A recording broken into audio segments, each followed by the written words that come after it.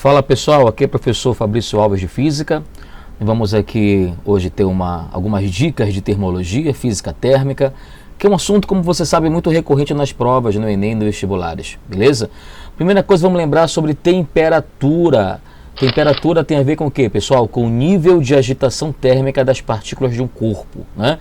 Dizemos que ela está relacionada à energia cinética média das partículas de um corpo. Então, quando você fala que a temperatura de um corpo está aumentando, você quer dizer, na verdade, que o nível de agitação térmica aumenta, as partículas vibram mais.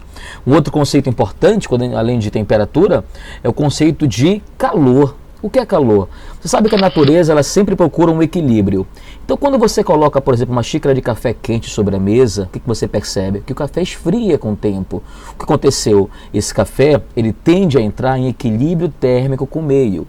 Quando você tem corpos com temperaturas diferentes, ou seja, você tem um corpo onde eu tenho maior agitação térmica e um outro onde eu tenho menor agitação térmica, naturalmente eu vou ter um fluxo de energia, um fluxo de calor. Energia térmica em trânsito nós chamamos de calor. Então o que é calor? Energia térmica em trânsito que flui espontaneamente da região de maior para a região de menor temperatura. Essa é a ideia, essa é a concepção de calor. Beleza, pessoal? Então, para que haja fluxo de calor, eu tenho que ter o quê? Uma diferença, uma variação de temperatura. O calor flui espontaneamente da região de maior para a região de menor temperatura. Fabrício, fala, o calor pode fluir da região fria para a região quente? De forma espontânea, não. Só se for um processo forçado. Máquinas frigoríficas, por exemplo, geladeira, refrigerador, ar-condicionado, executam isso. Eles tiram o calor do frio e jogam para o quente, mas isso é um processo forçado, não é natural. O sentido natural é sempre da região de maior para a região de menor temperatura, ok? Quando a gente fala que está muito quente, na verdade, é errado você falar, olha, eu tenho calor, porque calor não é algo parado, calor é a ideia de movimento. Então, se você sente alguma coisa, se você está sentindo que está quente, é porque você está recebendo energia térmica do meio. Está ocorrendo um fluxo de energia do meio para você. Então, você recebe calor. Então, aí você pode falar, porque dá a ideia de movimento, mas dizer que um corpo ele tem calor, fisicamente falando, isso é errado. Quando você sente, por exemplo, frio, que vem a sensação do frio. O frio é a perda de energia, é a perda de calor. Então, quando você perde calor, você sente frio. Não existe estou ganhando frio, estou perdendo frio. O frio, na verdade, é a perda de energia térmica, a perda de calor. Repara que quando você está com frio, é algo intuitivo, o que o teu corpo faz? Você se encolhe, né? Você se encolhe por quê? Porque você reduz a sua área, reduz a área livre para o meio. Consequentemente, você reduz a perda de calor para o ambiente. Ou você usa um agasalho, um cobertor, e a gente fala assim, olha, o cobertor me aquece. Não é verdade. O cobertor ele não aquece você. Ele é apenas um isolante térmico, ele impede que você perca calor para o ambiente. Algo também que o teu corpo faz é eriçar, né? Você se arrepia, os pelos ficam eriçados, e os pelos ficam eriçados para o quê? Para segurar o ar próximo à pele. E o ar funciona como um isolante térmico, impedindo que você perca calor para o ambiente. Beleza, pessoal? Fique de olho nisso daí, é bem legal. O que é energia térmica? Energia térmica é a soma das energias cinéticas das partículas de um corpo. Energia térmica somatório da energia cinética das partículas de um corpo. Então, quando você fala, por exemplo, olha, a energia térmica de um corpo aumentou, você quer dizer que esse somatório está aumentando, mas energia o corpo vai ter. Agora, muito cuidado. Quando você fala que dois corpos estão em equilíbrio térmico, isso apenas quer dizer que eles têm temperaturas iguais. O nível de agitação térmica média das partículas é a mesma. Mas isso não significa que esses corpos tenham a mesma energia térmica. Então, por exemplo, eu falo para você, olha, eu tenho um copo com água aqui de 200 ml e tenho uma garrafa de água de 1 litro, tá certo? Uma garrafa de água aqui de 1 litro e eu tenho a mesma temperatura. Ambas estão a 20 graus Celsius, mas eles não têm a mesma energia térmica. 1 litro de água tem mais energia térmica do que 200 ml. mesmo a temperatura sendo a mesma. Porque lembra que a energia térmica é a soma, é o somatório. Então, quanto mais partículas eu tenho, maior vai ser a minha soma, mais energia eu vou ter. Tudo bem? Então, não esquece, equilíbrio térmico, temperaturas iguais, mesmo nível de agitação térmica, porém, cuidado, não significa mesma energia térmica. Beleza, pessoal? Cuidado. Exemplo aqui, você tem aquelas fagulhas aqui, pessoal soldando, ou então fazendo esmeril aqui, né, alisando o metal. Você vê muito isso também naquele chuveirinho de São João. E essas fagulhas incandescentes têm temperatura da ordem de 700 graus Celsius. Mas essa fagulha, ao atingir a tua pele, não chega a provocar uma queimadura. Você sente um leve desconforto, mas não queima.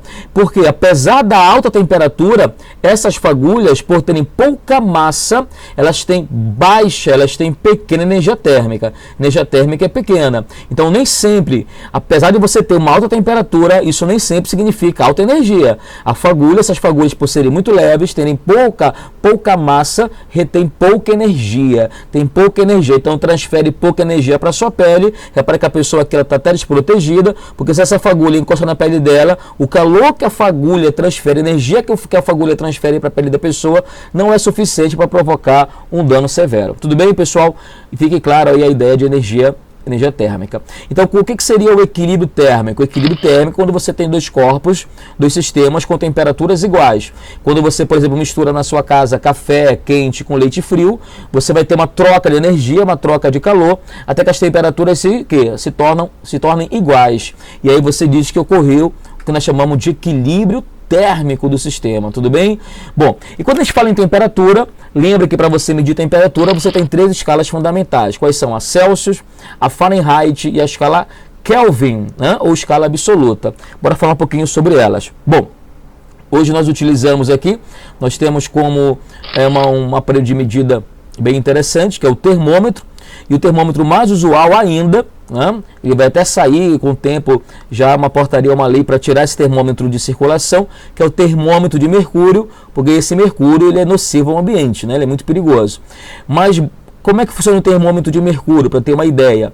Correto? Você tem aqui uma coluna, e é onde você tem aqui o mercúrio, e você, ao colocar esse termômetro em contato com a pessoa, você deixa um tempo para que haja o equilíbrio térmico entre a pessoa e o aparelho, o termômetro. Então, quando você coloca o termômetro embaixo do seu braço, né, você quer medir a sua temperatura, você deixa um tempo. Por quê? Porque o seu corpo vai entrar em equilíbrio térmico com o termômetro. Então, quando você mede e diz, olha, a temperatura do termômetro aqui é 37, a temperatura da pessoa também vale quanto? 37. Por que usar mercúrio? Porque o mercúrio ele é um metal na temperatura ambiente e ele dilata com facilidade. Então, ao aquecer, ele vai dilatar. Quanto mais ele dilata, né, mais ele vai aqui indicar a temperatura, maior a temperatura, beleza? Um outro fator interessante é que o termômetro ele é opaco. Então, você consegue visualizar, o termômetro não, o mercúrio é opaco. Você consegue visualizar aqui, né, no vidro com tranquilidade. E ele também tem uma alta capilaridade, o que permite que ele não suje, não molhe muito aqui o vidro. Tudo bem? Então, são características do mercúrio que o fazem interessante aqui no uso dos termômetros. Tudo bem? Quando a gente fala em escalas, vamos lembrar, você tem 3 escalazinhas aqui, quais são? A Kelvin, a Celsius e a Fahrenheit. Todas as escalas têm 2 pontos de referência. A Kelvin 273, tem 1,15, que normalmente a gente até esquece de falar, normalmente a gente arredonda aqui, né? 273, primeiro ponto fixo, e a Kelvin 373. Aqui você tem um ponto de gelo, que é a temperatura em que a água congela, e o ponto de vapor, a temperatura em que a água entra em ebulição sob pressão normal. Sem dúvida, a escala que a gente mais conhece, a escala mais usual para a gente, a escala Celsius, onde o ponto de gelo vale quanto? 0 graus, correto? E o ponto de vapor, 100 graus Celsius. E temos também a escala Fahrenheit, que vai de quanto? 32 a 212. Então vamos entender o seguinte, pessoal, vamos lá. Ponto de gelo, temperatura em que a água congela. Quanto é que vale? 0 graus Celsius ou quanto? 32 graus Fahrenheit ou ainda 273 Kelvin. Ponto de vapor, temperatura em que a água ferve. Vamos lá, 100 graus Celsius ou quanto? 212 graus Fahrenheit ou 373 Kelvin. Como fazer a conversão de uma escala para outra? Está aqui a regrinha prática, 6/5 é igual a F menos 32 sobre 9. Você coloca o valor em Celsius, encontra o valor em Fahrenheit ou vice-versa. Fórmula prática. Para achar o valor em Kelvin, você pega o valor em Celsius e soma com quanto? Com 273. Tranquilo? Variação de temperatura. Aqui cuidado, porque quando ele fala em variação, repara bem, vamos apagar aqui rapidinho, observa bem, a escala Celsius, ela é dividida em quantas partes? Do primeiro ao segundo ponto fixo. Vamos dar uma olhadinha aqui, a escala Celsius. Olha só, a escala Celsius, ela é do primeiro ao segundo ponto fixo. Repara que ela tem 100 intervalos. E a escala Kelvin também tem 100 intervalos. Significa dizer que a variação na Celsius é a mesma variação na Kelvin. Agora, repara que a escala Fahrenheit, do primeiro ao segundo ponto fixo, ela tem 180 intervalos. Correto? Divisões. Então, a relação é diferente. A gente pode escrever assim, ó, variação da Celsius sobre 5 é igual a variação da Fahrenheit sobre 9. Essa é a relação. Então, quando ele falar em variação de temperatura, toma cuidado, você vai sair por aqui. Beleza, pessoal? Outra dica para concluir, para terminar, zero absoluto. Zero absoluto. O que é o zero absoluto? Lembra que temperatura mede o quê? Mede a agitação das partículas. Quando você fala que a temperatura aumenta, você quer dizer que a agitação está aumentando. Quando você fala que a temperatura diminui, a agitação está diminuindo. Bom, olha só, não há um limite superior de temperatura. Teoricamente, a gente pode aquecer um corpo a qualquer temperatura, vira plasma, né? Então, você tem aqui para cima, não há limite. Mas há um limite inferior de temperatura. Esse limite é o zero Kelvin, é o zero absoluto. Por que tem esse nome zero absoluto? Porque olha só, galera, o zero da grau Celsius, da escala Celsius, ele não é um zero absoluto. Por quê? Porque tem temperatura menor que ele.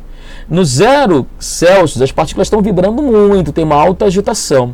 Assim como 32 graus Fahrenheit também não serve. Tudo bem? Tem uma temperatura muito alta. O 0 graus Fahrenheit também é uma temperatura muito alta ainda. Então, a única temperatura que realmente traduz de forma correta, onde o zero é o zero de verdade, é o da escala Kelvin. Porque quando você fala assim, olha, temperatura zero, temperatura média agitação, o que você entende? Poxa, essa temperatura zero, agitação zero. Isso é verdade? Não. Isso não é verdade nem para Celsius e nem para Fahrenheit. O zero de verdade, ele só acontece na Kelvin. Por isso que isso aqui é importante. Então vamos lembrar aqui, ó, vamos lá, vamos colocar bem aqui. Quanto é que vale o zero Kelvin? O zero Kelvin, o zero absoluto, vale menos 273,15 graus Celsius. Não há temperatura menor que isso. Essa temperatura, inclusive, é uma temperatura, o quê? Conceitual, teórica. Nunca se chegou nesse valor. Tudo bem, pessoal? Chegamos perto em laboratório, mas na prática ela é inatingível. Então perceba, por exemplo, que não existe menos 2 Kelvin. Não tem negativo na escala Kelvin, a Kelvin termina no zero. Então esse menos 2 não tem menos 5 Kelvin também, não tem negativo na Kelvin. E a escala Celsius, olha só, ela vai até quanto? Ela vai até menos 273. Você vê minha questão falando para ti que a temperatura chegou a menos 300 graus Celsius, tu já sabe que é mentira. Essa temperatura não existe. Qual seria a menor temperatura aqui, ó? Teoricamente, correto? Menos 273,15 graus Celsius. Tudo bem, pessoal? Então, repara, fica de olho nesses valores, que eles são importantes para a gente resolver essas situações. Tá bom, pessoal? Até a próxima. E daí a dica, na próxima vamos falar de propagação do calor.